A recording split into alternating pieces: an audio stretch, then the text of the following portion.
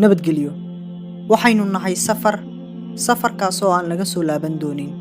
Tikidhkiisu waa bilaash ama lacag la'aan. Fiisaha safarkaas ma jiro waqti uu ku egyahay, yacni weligiisa ma dhici doono. Diyaaradda safarka inoo qaadi doontana maahan diyaarad taqaana naxariis. Safarkaasi laba mid ayuu noqon doonaa: in uu noqdo mid wanaagsan oo raaxo leh, ama mid xun oo aan la mahdin. Goortana la geeyo meesha loo baahan yahay, hoteelka aan degi doono waxa uu ka yar yahay 2 mitir, mana jiri doono wax aan qaadan doono. Qofkii la kulma wax xun waxa uu dheedheel ku jiray ka hor diyaaradda inta aysan soo kicin. Qofkii wax wanaagsan la kulmana waxa uu wanaagsanaa inta aysan diyaaradda soo kicin. qof walba maxaad u diyaarsatay safarkaas?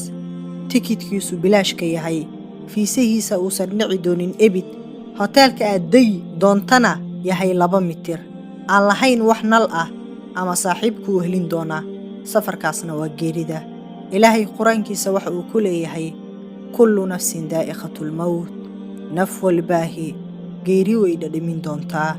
Maahan way dhiman doontaa, ee waxa weeye way dhadhamin doontaa. yacni geeridu aad bay u xanuun badan tahay.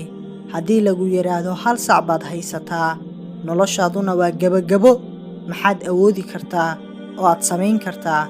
Xilligaasi jaanis ayaaba lagu siiyey, balse la soco safarkaani xaqiiqda ah in aan lagu soo digi doonin, yacni aan lagu sheegi doonin, uuna yahay marti waqtiga ay rabto imaan kartaa, innaguna aan ognahay, balse quluubteena inay soo xasuusato aan nacabnahay.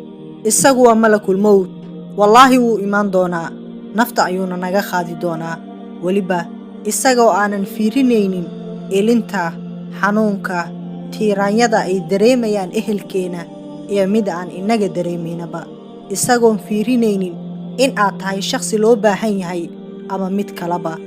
Isagoo aan wax jixgelin buu si naxariis dara ah nooga qaadi doonaa nafta.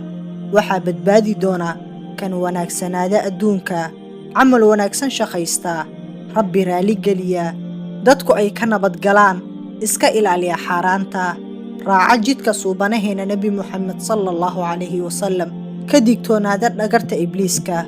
Wallaahi waxaa imaan doontaa maalin wixii la rabo jirkeena lagu samayn karo, aanan awoodin inaan iska celino qofka waxaas inagu samaynaya.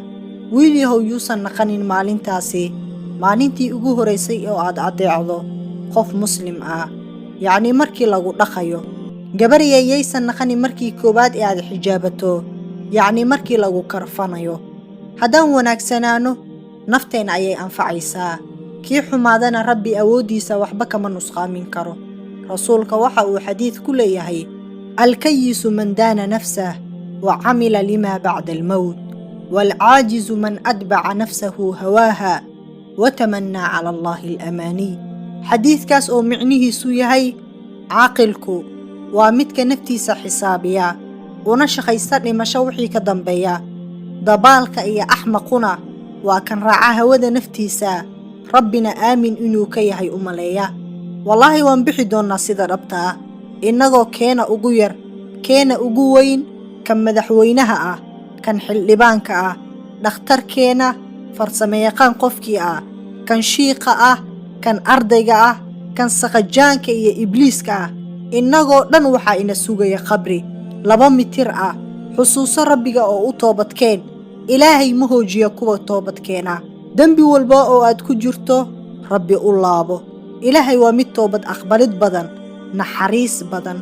Haddaad u laaban weydana, la soco Rabbi waa xanuunjiye iyo cadaabe.